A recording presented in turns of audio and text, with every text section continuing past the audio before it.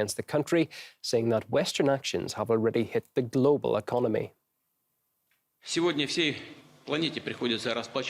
Now the entire planet has to pay for the ambitions of the West, for their attempts by any means to preserve their domination in the world. They have increased this inflation and it increased the inequality. And we have more and more refugees, influx of refugees all around the world. A heavy blow was dealt against the global economy and trade. The trust for the dollar was undermined. And this illegitimate action to freeze some assets of the Central Bank of Russia, now crossing out the so-called first-class high-rate assets. Both the US and EU basically announced the default regarding their obligations towards Russia, and arresting these asset accounts of the companies, of individuals. It's a good lesson for everyone, because you should invest in your own country.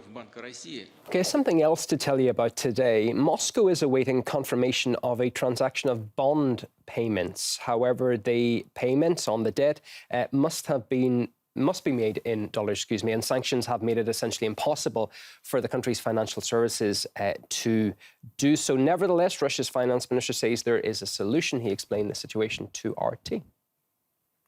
Therefore, if these restrictions remain in place in relation to American and European investors, we have prepared a fallback option, which provides for the possibility of paying our obligations in rubles. This possibility also exists for Eurobonds issued after 2018. Such a possibility also exists within the framework of the procedure defined in the Russian Federation in connection with unfriendly actions. Russia's external debt currently totals around $480 billion, while the most recent bond payment we're just talking about there is $117 million. Since the Russian Central Bank and Finance Ministry have no access to dollars at the moment, there is a risk of technical defaults. Now, that is different to a typical default in these situations, because the country still has the ability to pay the obligation only in the future. It means a technical default will not lead to severe economic and social impacts. Shelves will remain stacked and money will still be easily accessible. Russia's finance minister again clarifies the situation. On the 14th, on Monday, we sent the corresponding payment with the correct currency. The payment went to the appropriate American bank, which is holding our foreign currency account, including that of our Ministry of Finance.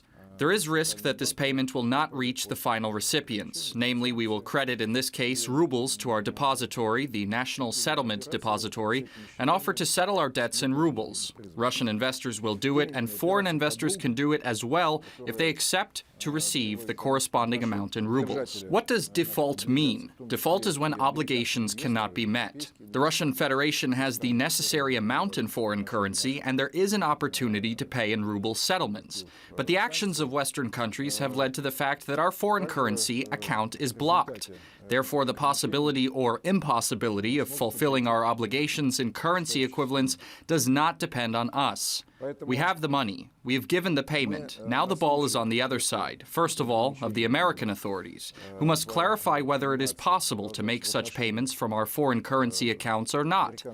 But of course, common sense shows that for U.S. investors, such permits should obviously be accepted. So let's see how the situation develops. Well, for some time, Russia and other countries have been seeking to bypass dollars in international trade deals. Amid sanctions, that process has sped up. India is now reportedly planning to buy Russian oil in rupees and rubles without using the greenback as the reference currency. The purchase would be at a discounted price and comes despite pressure from Washington. Telling us more, RT's Roman Kosarev. Russia is now officially the most sanctioned country in modern history. The European Union, alongside NATO allies marshaled by the United States, insist they have left the Russian economy in disarray. Now, how accurate is that claim? And what could happen to the almighty US dollar as the result of a poorly thought-through sanctions mania? Has Washington also shot itself in the foot? Let's take a look at some of the latest events in the global economy. India, which recently became the most populous country on earth, is keen to buy Russian crude oil. The US objects.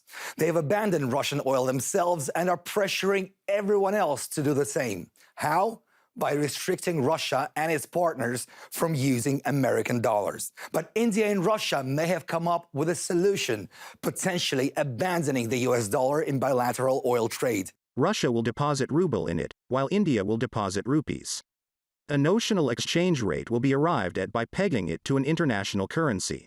This new mechanism, if it becomes reality, could seriously damage the dollar's dominance. Crude oil prices have risen at least 40% this year, though they remain volatile as we speak. But India has a chance to jump on board and take advantage of Russia's cut price offer.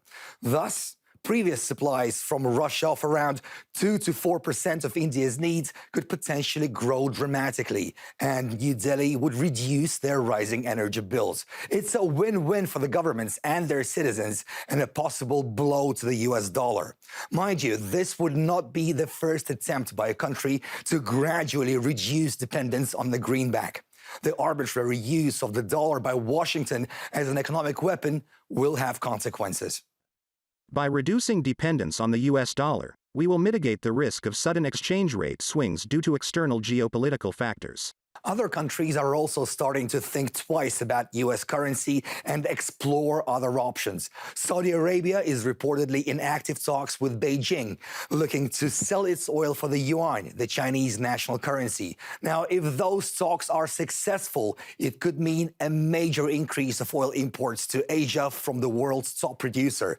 And that's another hit to the dollar, and a sign that US sanctions may have quite unexpected opposite effects in the long run. Well, let's hear from Russia's finance minister again. Anton Siluanov told RT more and more payments are now being made in various national currencies. Contracts are often concluded in dollars, but for the settlements, the transfers themselves, payments are increasingly being made in national currencies, not in dollars, which are carried out through American banks. Well, what is the point of making payments in dollars if the requests will be treated by American banks for a long time for compliance or inconsistency with the policy that America is pursuing? Economics should be outside of politics. Therefore, the settlements must be made in a timely manner and on time, regardless of how and what these authorities think. Therefore, I think the departure from dollar settlements in the current situation is an absolutely objective reality, and more settlements will be carried out outside the dollar zone. Well, on that very point, Delhi-based journalist Ulrike